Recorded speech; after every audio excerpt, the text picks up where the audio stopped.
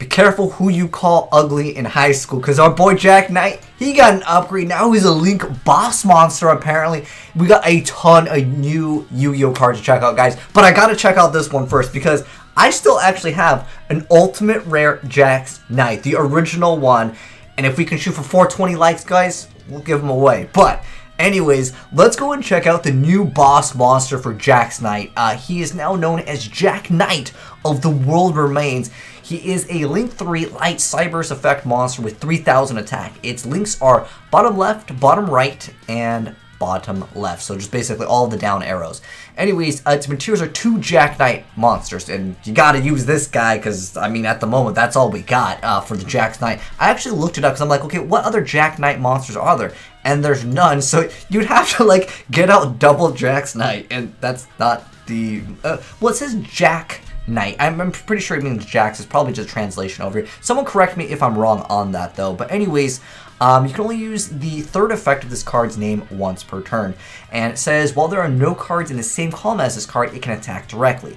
While this card is in the extra monster zone, is not pointing to a card, it can't be destroyed by effects or be targeted by opponent's card effects, and that's pretty dang strong already. And then a third effect is you can send one card you control in the same column as this card to the graveyard, a special one Jack Knights from your deck in face-up defense position. So, like, is the goal to make multiple Jack Knight? See, the reason why I say, like, I wasn't sure about this, so the first one over here says Jack Knight, and the other one says Jack Knights with an S. So I'm not sure if these are different cards or if it's just the translation. Again, I'm pretty sure it's our boy. He coming back in 2017. I gotta make sure that he's good, though. Like, that's hilarious that they waited 12 years. I guess be careful, again, who you call ugly in high school, because this thing is no joke, especially since you could just get another one. Like, pretty easy. It just requires 2 of them, and one of them gets out another one.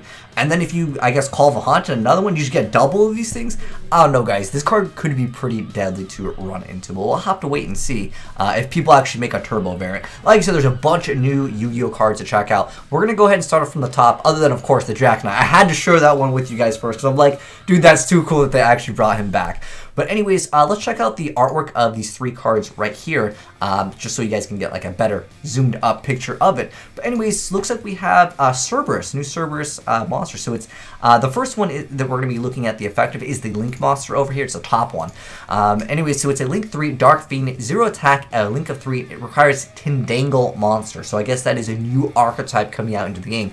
And it says, while there are 3 or more different Tindangle monsters in your graveyard, including the base Gardna, this card gains 3000 attack.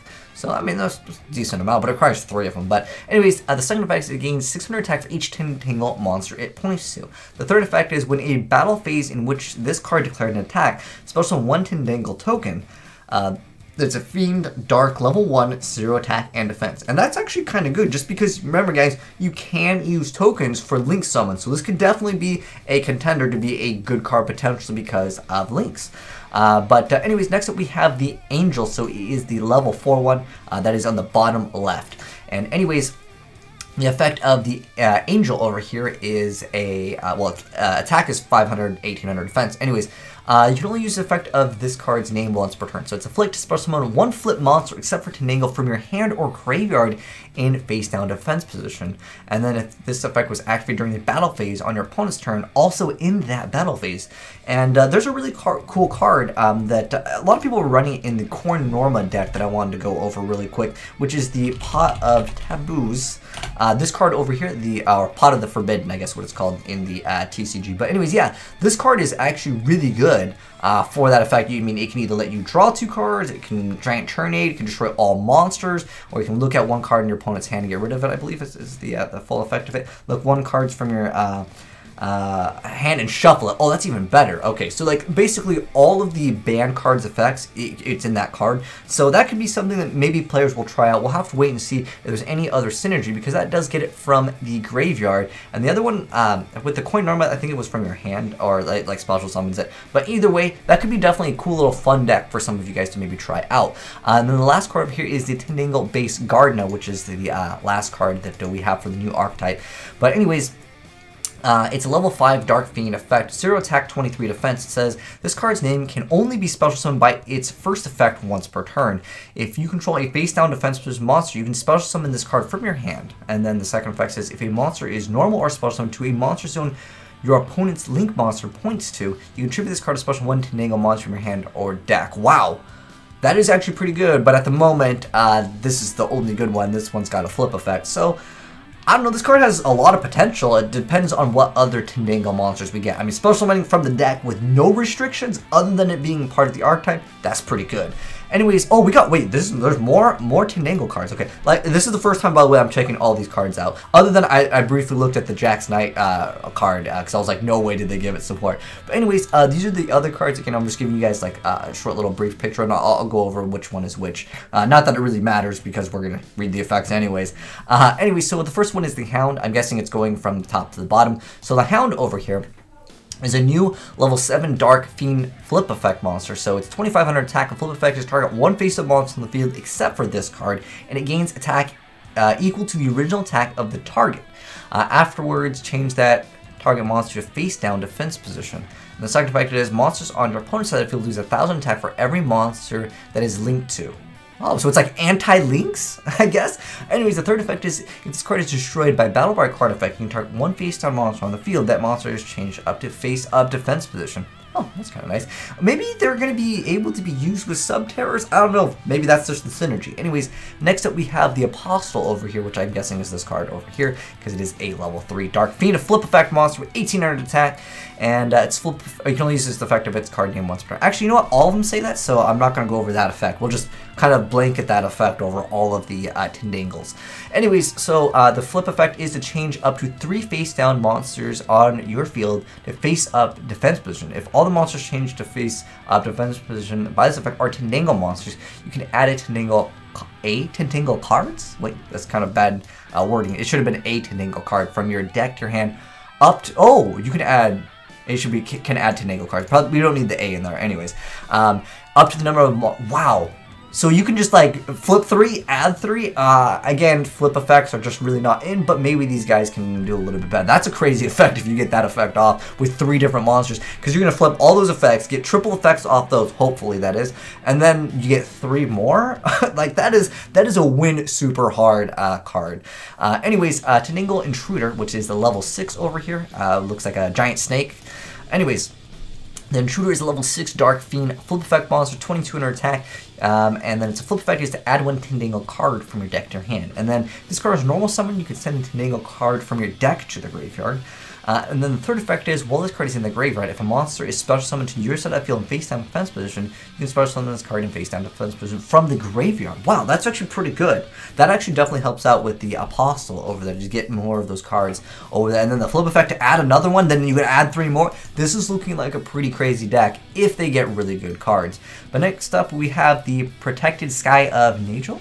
So I don't know, I think it's this card here. I don't know if it's related to the Tindangles, but let's check it out. So, continuous spell card. You can only use this card's named third effect once per turn. Okay, so it's, I'm not sure if this is supposed to be part of the archetype, the Tindangle, because it sounds kind of like it, but again, if it's not part of the word, then we can't search it out with all the other effects. But let's check out the effects. So anyways, the first effect says, Tindangle monsters you control cannot be destroyed by battle or by opponent's card effects. Oh, that's pretty annoying to deal with. And then the first time a Tindangle monster you control inflicts battle damage to your opponent this turn, double that battle damage. Oh, maybe some defense OTK up in here.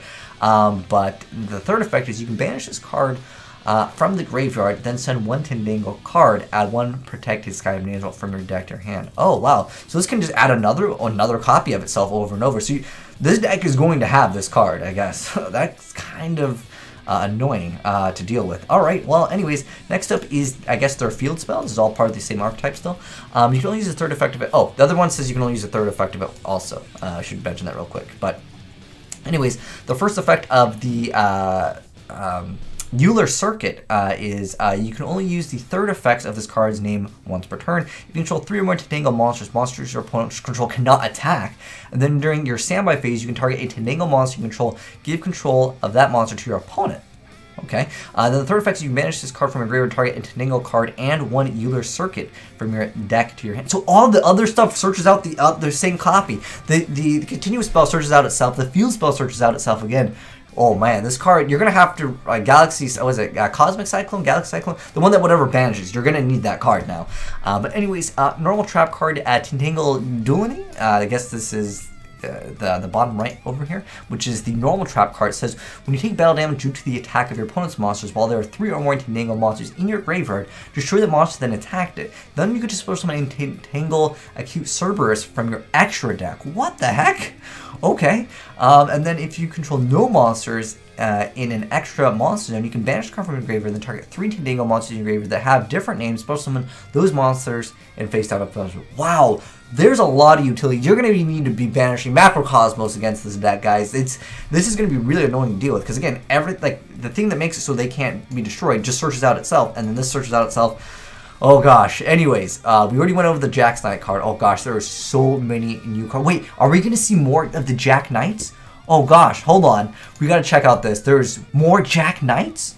Wait, is this a new archetype or is this the upgraded? Oh my gosh. Anyways, let's go and see if this is even related to it now. That, I didn't know. All I saw was the Link monster and I got pretty hyped up. Oh gosh, there are so many Knight monsters, guys. All right, we got to go over them. Okay, so here's an enlarged picture. It looks like we got ones with axes, swords, scepters, shields. Guys, why would you dual wield shields? It just sounds like a bad idea, man. It's too defensive. Anyways, let's check them out. So, anyways, there's new Jack Knights. Oh, okay. Dude, my boy not even going to get any play next for him. I'm upset. I got too hyped. But anyways, let's check out the new Jack Knights. Anyways, so level 5 light. Well, their level 5 makes me want to think it's still part of the old like Jack Knight, Queen Knight stuff. Anyways, so 2,000 defense, 2,500 defense. This is the Jack Knight of Blue Sky. So this card's name can only be summoned by its first effect once per turn, and this card's name's second effect can only be used once per turn. So the first effect is, if a column has 2 or more cards in it, you can special summon this card from your hand to that column. If this card is normal or special from the hand, you can add from your deck to your hand 1 Jack Knight cards with different names except for Jack Knight of the Blue Sky equal to the number of your opponent's cards in the same column. Oh, it's that column mechanic. Oh, okay. All right, I gotcha. And that guy is I believe, this first guy, okay, the blue guy, which makes sense because it's blue. Okay, so the next one is the Jack Knight of Green Heights. So obviously the green one. That's pretty easy that they color coded them for us. Orange and yellow looking pretty similar. But anyways, let's check out the other guy, the green guy. So level 6. Oh, they're going level 6 now. Okay, so anyways, 2,100 attack. This card's name can only be special summoned by its first effect once per turn. So its first effect says, if a column has 2 or more cards in it, you can just special summon this card from your hand to that column. Well, that's pretty easy to get out. And then when this card declares an attack on an opponent's monster in the same column, you can target 1 Jack Knight monster in your graveyard and add it to your hand. This card's name means to feel as if one being engulfed in a green lush mountains atmosphere. It literally means green storm. Oh, okay, I guess that was irrelevant. I thought it was going to tell us like a tooltip over here. But anyways, we got the, next up we got the Flickering Flame. So this is the orange guy over here. And he's a level 6 with 800 attack, 3,000 defense points, and its first effect can only be special. It can only be special summoned by its first effect by once per turn. And then if a column has 2 more cards in it, you can just special summon it. Okay, got it. It's basically the same effect as the other ones. And then if an opponent's card that's in the same column as this card leaves the field or is destroyed by battle, you can special summon 1 Jack Knight monster from your hand. Okay, so that one adds it. That one special summons the card you add. Okay, got it. And then the next one over here is the Yellow Bloom. That's the guy with. It reminds me of. Oh, what is that?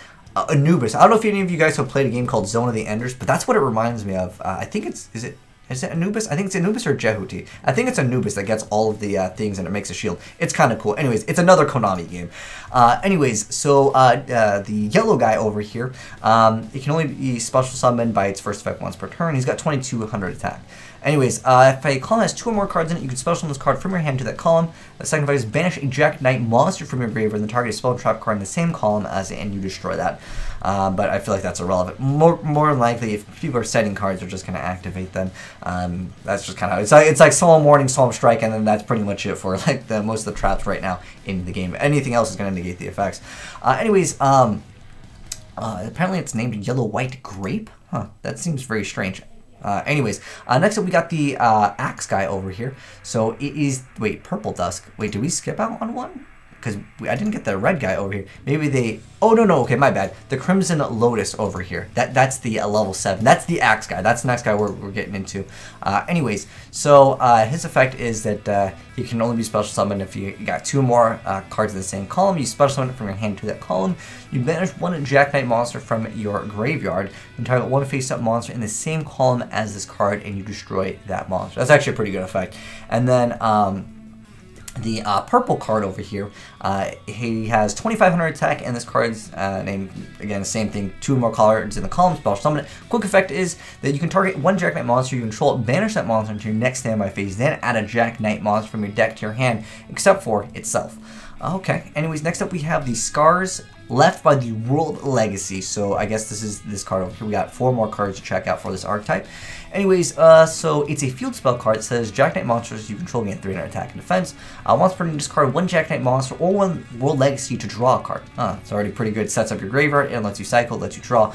And then you can banish 6 different Jack Knight monsters from your graveyard and or face up on your side of the field to send all cards your opponent's hand and extra deck to the graveyard.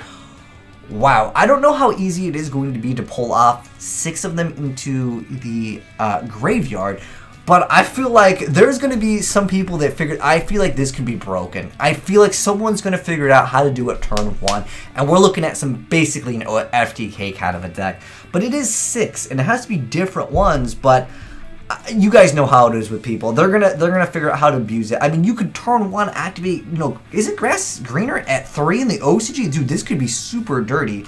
Hold on, I need to check this grass. Hold on, the OCG, it's at 3. This could really upset some people. If you get sacked turn 1, you just lose your entire hand. It says hand and in their extra deck. What? All cards in their hand, and you destroy their extra deck and their hand? Pretty much that means no coming back. Like, that's game for most decks. Especially with Link Era coming out, that is dirty. New FTKs, guys.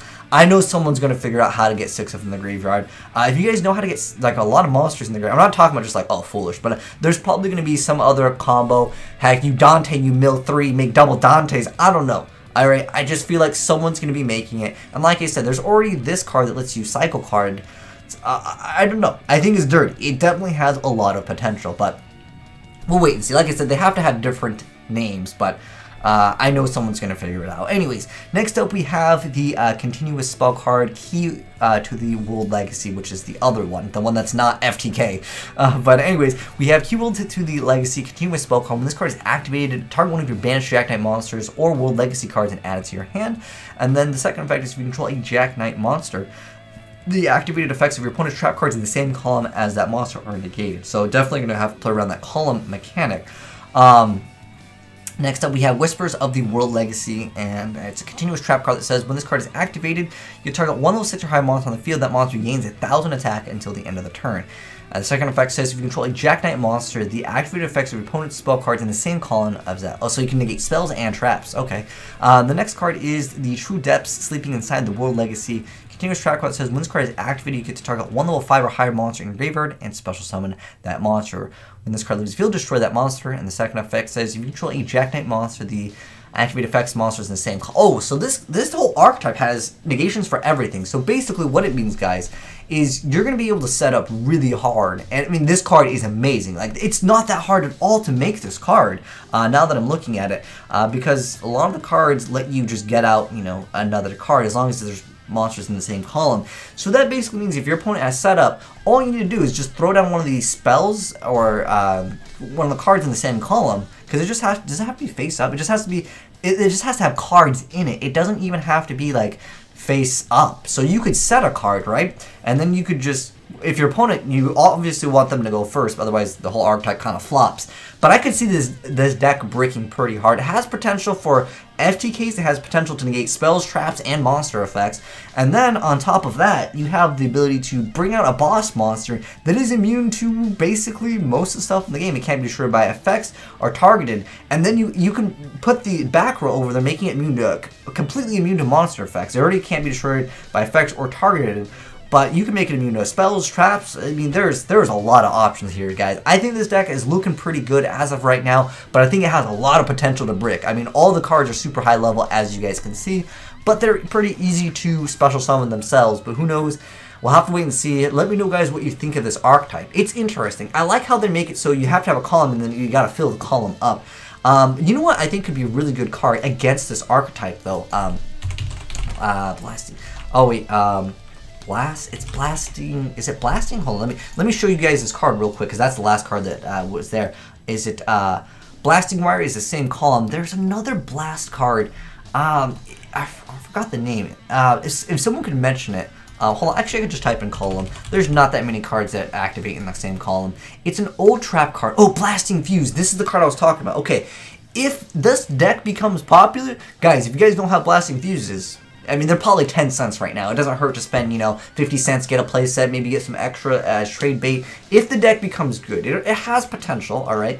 But the thing is if they become good, you just activate when all the card zone and the column are occupied, you destroy all of them. So basically that means your opponent is obviously going to be putting their back row in the same column as the card. So that means you just get to use, well, one, I guess technically two, depending on, basically you want to use a monster that's expendable, and then you just pop everything. It could be an option to side deck against it, but I think that might be getting too ahead of ourselves. But guys, that's a lot of new cards to take in. Oh gosh, 20 minutes long for a video, wow. But let me know, guys, what you guys are most excited about. Personally, the Tindangles, they seem a little bit mediocre to me, but like it seems like their deck is going to be a win super hard deck if you can get that extra advantage. I think the Jack Knights are looking way better than Tindangles, but definitely I like seeing new things come into the game, and they've got a boss monster. I cannot wait to see what other things that they can get, because this deck is looking pretty strong already. But anyways, hopefully you guys enjoyed seeing all the new cards. If you did, drop a like on it, and if you're new to the channel, hit that subscribe button to be updated on the new Yu-Gi-Oh! Cards ASAP. But thanks for watching, guys, and I'm signing out.